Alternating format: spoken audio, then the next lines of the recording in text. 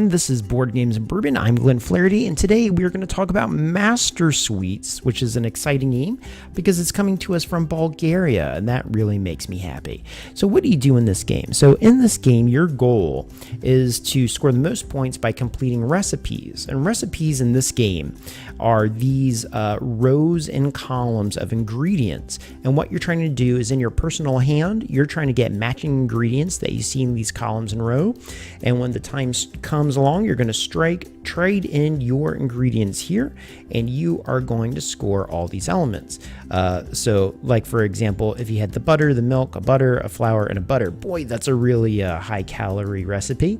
You're going to score 5 points right there, 16 points. Once you do so, this is removed from the game, the board shrinks, and now there are fewer things to deal with, and scores will come quicker and faster as the game moves on.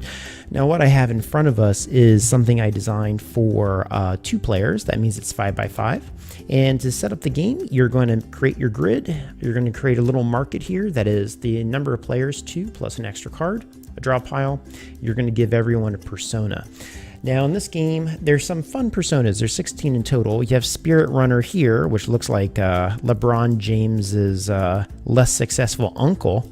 It says here you get a power. You may perform 2 actions on your first and second turn, and also tells you there's a number in the corner that you get 2 cards to start the game. Here's a chemist that looks like Jerry Garcia mixing his own LSD. You get no points, but as an action, you may take 2 cards from the market. That's really good because it gives you flexibility, but you have to skip your first turn, so they're all balanced. The connoisseur here is pretty interesting. She looks like she's saying it's wine o'clock somewhere, and you get 2 cards. When scoring, get 1 additional point for every 5-point card. So let's just pretend we're going to do the connoisseur here, start our game. She has her 2 cards, which are eggs and fruit. Now, on your turn, you can do a couple of different things here. You can draw from the market here and put it in your hand. So let's say, for example, she's trying to complete a recipe with eggs. So there's eggs in a couple different places, and you kind of have to hedge your bet because between you and the opponents, there's a shifting sands of what the board is going to look like. So you always have to hedge your bets. Eggs seems to be in conjunction at least a few times with sugar. So I'm going to take a sugar and I'm going to put it into my hand. Then I replace that card. Okay. Now I could have taken it from there. I could have taken it from here. I could exchange something in my hand with something in the game. What you want to do, like if you have multiples of something you don't need, you want to populate the cookbook with that same ingredient so you can replicate it. You can also use your personal power card. And then lastly, you can use a special card like this, which is basically like another persona card, or you can actually cook your recipe. Okay, and you're going to do that over and over till it ends. It says the game is 15 minutes to 40. I'd say most games are about half an hour, 15 minutes for a solo variant, and there are 4 variants to the game. There is this regular variant you're going to play most of the time.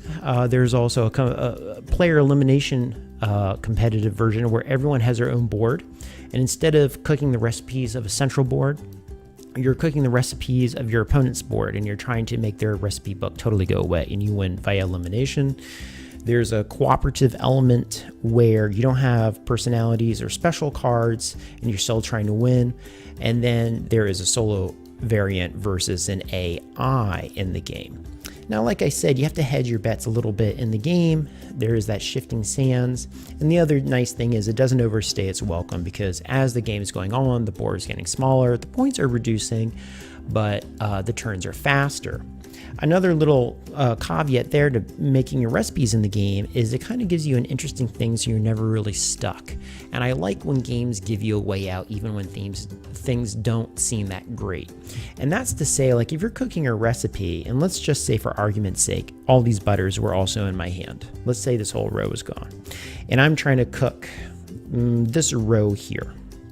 Okay, I'm trying to cook this row, but I don't have chocolate. Okay, what I could do is I could trade in, I have everything but the chocolate. I could trade in 3 of a kind, and that would let me substitute for that chocolate.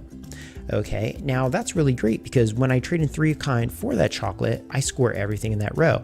A 5, a 3, a 5, a 3, a 5. Okay, so there's a lot of points in there. Should I only have 2 of a kind, I can still trade it in. It can still substitute for the chocolate. However, I can't score the chocolate. So I'd be down 5 points.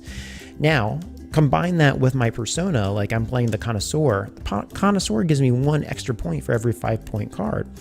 I have 1, 2, 3 5-point cards in there. I would have had an extra 3.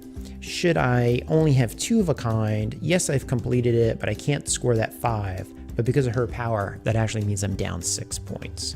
So each of these do change how the game plays out. Not too much. It does change your strategy perhaps, but it's more about the timing and seizing the opportunity when it's right, and it encourages you to be advantageous. So anyway, it is actually quite a clever little game. I think it's worth checking out. And again, I love the exposing of the games from other countries. So this is Master Sweets. It's a really solid effort. Check it out if you want, and let me know your thoughts. Thanks, everyone.